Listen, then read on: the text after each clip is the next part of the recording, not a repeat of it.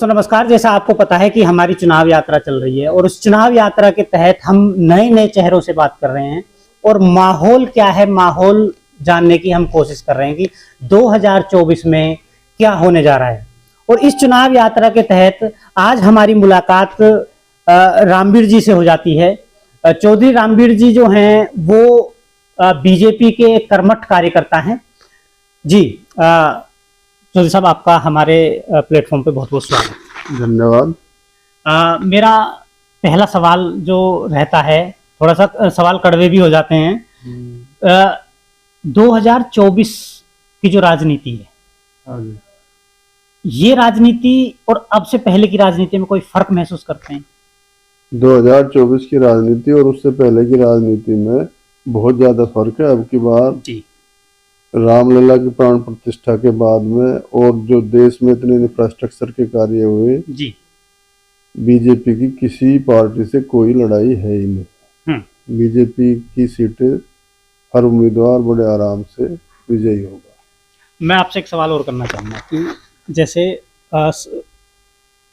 सतपाल मलिक जी आप जानते हैं, पूर्व राज्यपाल हैं, वो भी आपके समाज से ही हैं। हाँ जी, तो कहीं ना कहीं आप उनकी इंटरव्यू देखते रहते होंगे। हाँ जी। तो महिला जो अभी पहलवान रही, उनको लेके भी उन्होंने काफी बातें कही। तो आपको क्या लगता है कि कहीं जाट समाज में टूट है अब की बात? मुझे ऐसा लगता है कि जाट समाज 75% बीजेपी के साथ है।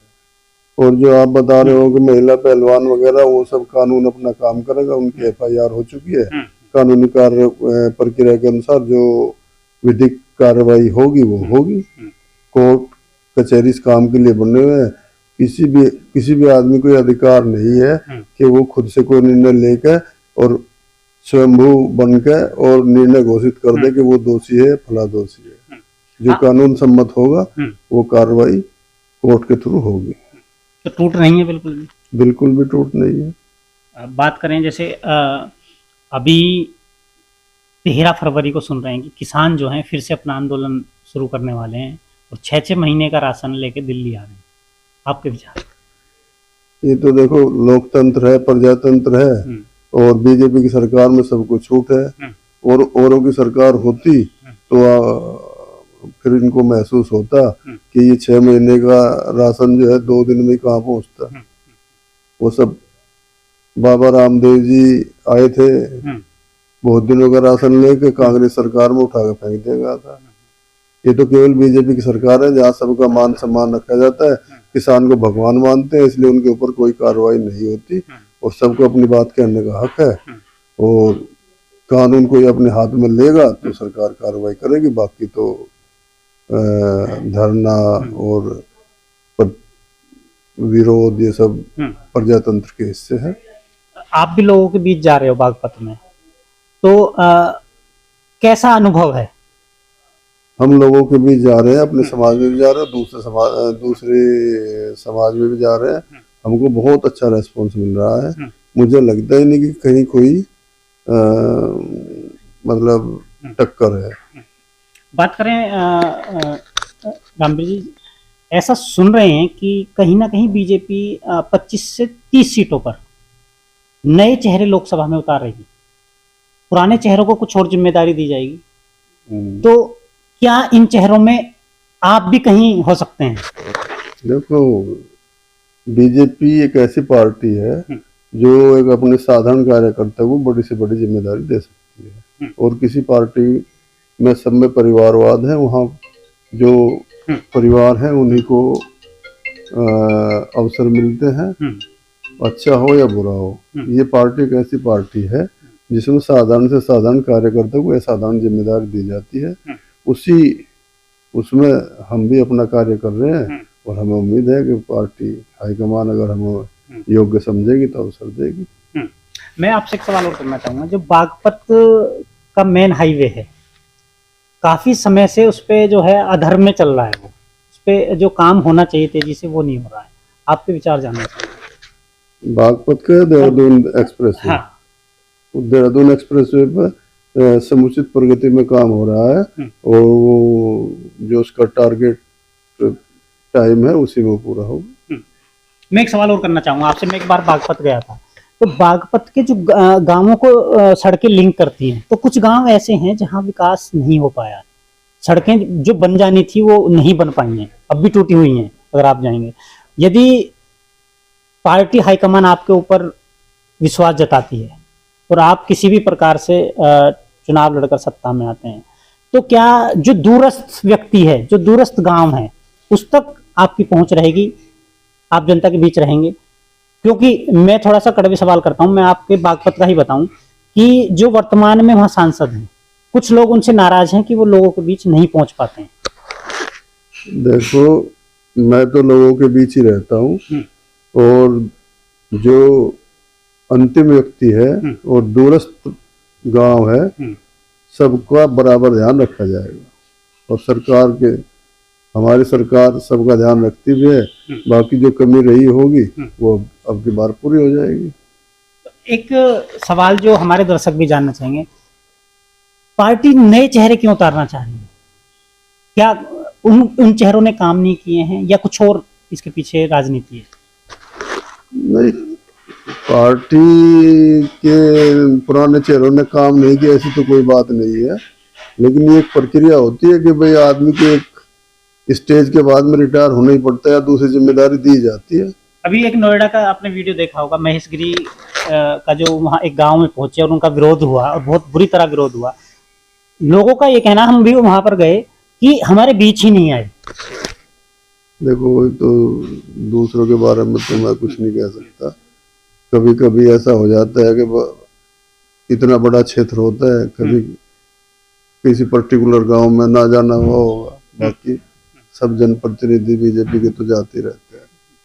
अच्छा, मैं आपसे जानना चाहूंगा, जो कुछ लोग विपक्ष आरोप लगा रहा है कि जैसे राम प्राण प्रतिष्ठा हुई और इसमें शंकराचार्य जो हैं वो कहीं ना कहीं विरोध कर रहे थे कि ये धर्म शास्त्र के विरुद्ध प्राण प्रतिष्ठा है। आपके विचार जानना चाहूंगा।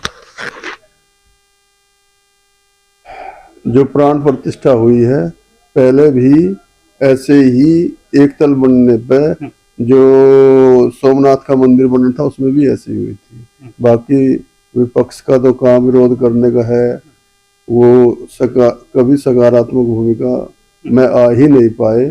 और जब वो हर बात का विरोध करते, विरोध करने के लिए विरोध करते हैं, तो तभी उनकी हालत है। अब शंकराचार्य वो तो देखो इतने बड़े धर्मगुरु हैं। यहाँ मैं एक सवाल आपसे पूछना चाहूंगा, आम नागरिक की तरह आपसे, कि क्या बीजेपी कहीं ना कहीं यहाँ चूक कर गई है? शंकराचार्य को मना सकती थी, किसी भी तरीके से इस प्रोग्राम में ला सकती थी, तो ये कहीं चूक हो गई है? ये ना बीजेपी का प्रोग्राम था, ना सरकार का प्रोग्राम था। ये सुप्रीम कोर्ट ने कमेटी बनाई थी, ये सब उसके अधीन ही काम चला। उस कमेटी ने ये सब प्रायोजन किए, तो इसमें सरकार का या बीजेपी का कोई रोल ही नहीं है। तो जो भी किया उन्होंने किया। आपसे जानना चाहूंगा मैं कि यदि आपको पार्टी टिकट देती है तो किन किन समस्याओं को बागपत की प्राथमिकता रहेगी आपको बागपत के अंदर? अगर पार्टी मुझे सेवा का अवसर देगी तो मेरी प्राथमिकता विकसित गांव को विकास के कराने की होगी।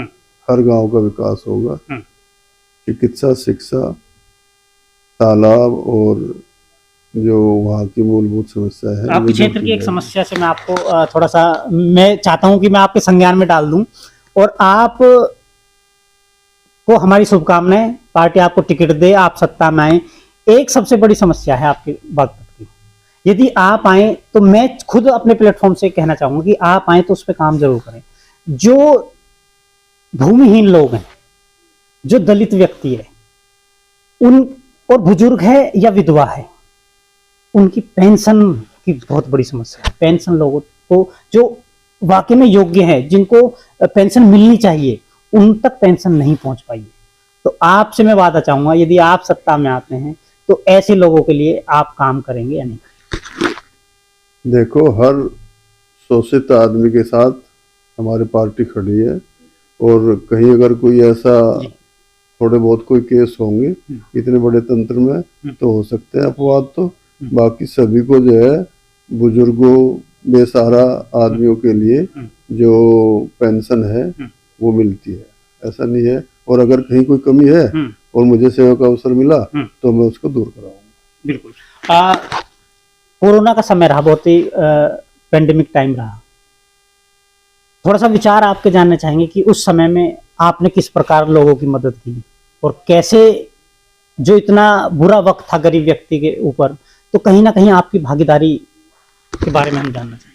कोरोना के समय पे, इस कोरोना पैंडेमिक के समय में हमने जैसे बच्चों की पढ़ाई में मदद की, जिन अभागे बच्चों के माता पिता चले गए उनको राशन की और उनकी किताब की शिक्षा दीक्षा की व्यवस्था में हमने सहयोग किया और उनको दवाई वगैरह के उठाने में। रामवीर जी हमारे साथ हैं और हमारी शुभकामनाएं हैं। कहीं ना कहीं मैं रामवीर जी से एक वादा लेना चाहूंगा जो कि मैं हर व्यक्ति से लेता हूं।